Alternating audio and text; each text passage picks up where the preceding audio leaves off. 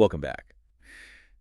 Trying to manage fixed income portfolios in 2025, it sometimes feels like you're navigating a real storm with a map from, well, ages ago. That's a good way to put it.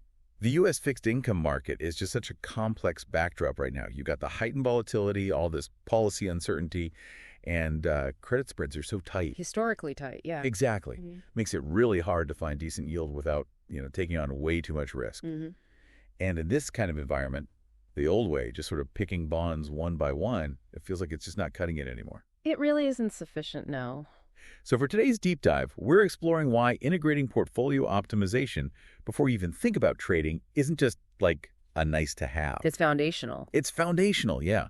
Essential for aligning with strategy, managing risk properly, maybe squeezing out some extra yield, and just making everything way more efficient. It's fascinating, isn't it? Because for too long, so many fixed income desks have relied on this very reactive, almost ad hoc approach. What does that look like in practice? Well, think about it. You're manually selecting bonds based on whatever offer pops up first, or scanning screens endlessly. And look, that method might give you quick reactions to things that are right in front of you, visible opportunities, but it completely lacks that comprehensive portfolio context. So risk is managed by, what, gut feel? Rules of thumb? Pretty much. Rules of thumb, yeah. Right. And compliance checks. Often they happen after the trade, which is not ideal. Leads to suboptimal portfolios, I imagine. And sounds slow. It can take days. Yeah. Seriously, the whole process. Days. Okay, so contrast that with this optimization idea. How does shifting to proactive really change the game? Right. So this is where pre-trade portfolio optimization really comes into its own. It basically embeds the trading within a much broader model-driven engine. So you, as the manager, you define your objectives first. Maximize income, minimize risk, hit a specific duration target, whatever it is. And all the constraints, too. All up front. All up front. Then the optimization engine, it systematically scans the real-time market offerings, all the available bonds, and recommends the optimal combination of buys and sells. Simultaneously. So you get this holistic trade list derived mathematically, often in just seconds or, maybe minutes. Wow. And it's integrating liquidity data, cost data, right into the decision.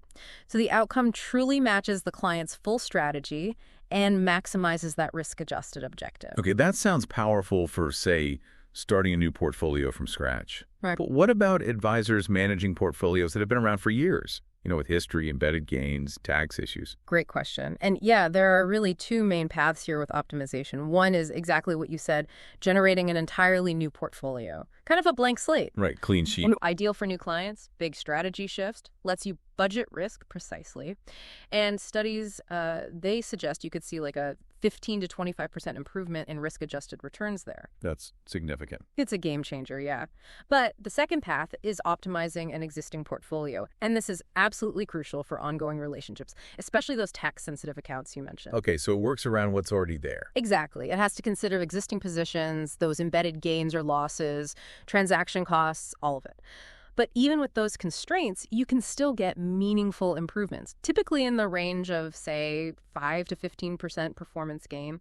Still very worthwhile. Okay, let's make this concrete for 2025. Can you give some real-world examples of how this works right now? Sure. Take a high-net-worth client. They want tax-efficient income. Optimization can mathematically build the absolute best laddered portfolio, perfectly staggered maturities, literally in minutes. Instead of hours or days doing it manually. Precisely. Maximizing that after-tax yield, minimizing rate risk, credit risk. It's personalized, high quality, and fast. Or think about tax-aware rebalancing. Super relevant now with rates moving and prices maybe dipping. Loss harvesting opportunities. Exactly. An integrated algorithm can spot those losses and simultaneously find the best replacements to maintain the portfolio's character while optimizing the after-tax yield. That could potentially add, 50 to 100 basis points of extra after-tax return each year. That's huge for clients. It really is. And even just for yield enhancement, with spreads so tight, the optimizer can strategically shift risk capital maybe across credit tiers, different sectors, finding combinations that measurably lift income but keep you within your risk guardrails. It sounds incredibly powerful. Hmm. But is it complicated to implement? What are the hurdles for desks used to the old ways? Well, there's definitely a mindset shift, right? Moving towards a more quantitative, systematic approach instead of just relying on intuition or habit. But honestly, the technology is making it so much easier now. Platforms are emerging that are essentially like digital command centers for fixed income, integrating everything: market liquidity feeds, portfolio construction tools, trade execution links, even compliance monitoring, all in one place. Any examples? Yeah, a really strong example is BondIT's Frontier platform. It's an AI-powered workstation that does exactly this. They have features like an investment parameters function, the IPS function. It's basically the digital blueprint for a client's goals. Okay. Lets managers build model portfolios from those guidelines almost instantly. Real-time rebalancing, handling tricky constraints, aggregating live liquidity from lots of different venues, which is vital today with the market so fragmented. And the efficiency gain. Dramatic. Task that honestly took days, now done in minutes. It enables mass customization, real-time proposals for clients. It's a huge leap. So listening to all this, the evidence seems pretty clear. Integrating fixed income management and trading isn't really optional anymore, is it? Not if you want to stay competitive and deliver the best outcomes. Especially in this tricky 2025 market. Relying on gut feel for bond picking, it just leaves too much potential value on the table. Absolutely. We've heard how embedding quantitative optimization before you trade yields real measurable gains. Better strategy alignment, cost efficiency, tighter risk control. It touches every part of the process. Which really brings us to the key question for you listening. Is your fixed income desk truly making optimization the foundational first step in its investment process? Or is it perhaps missing out on a clear path to more consistent outperformance and ultimately happier clients? Something to think about.